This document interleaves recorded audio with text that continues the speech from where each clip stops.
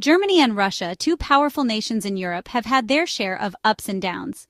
But the relationship really took a turn for the worse in recent times.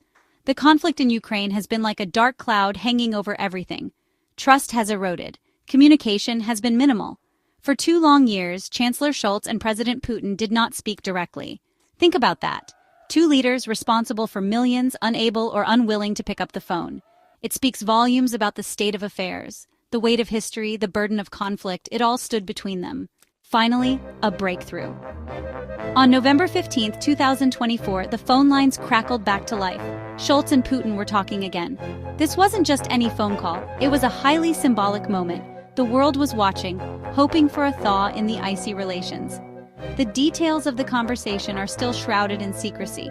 But we know one thing: it happened, and that in itself is significant. It suggests that both sides recognize the need for some kind of dialogue. Whether this leads to any real progress is another matter altogether. We cannot talk about German-Russian relations without addressing the elephant in the room, Ukraine.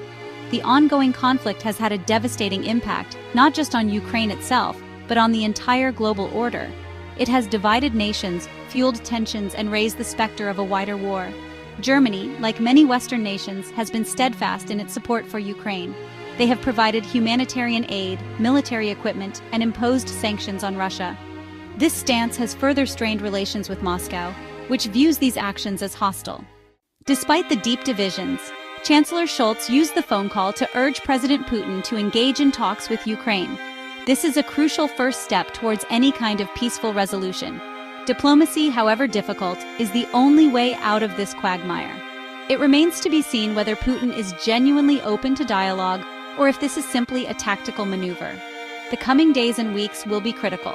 The world is watching, hoping that this phone call, however brief, marks the beginning of a new chapter in German-Russian relations, a chapter that leads us away from the brink and towards a more peaceful future.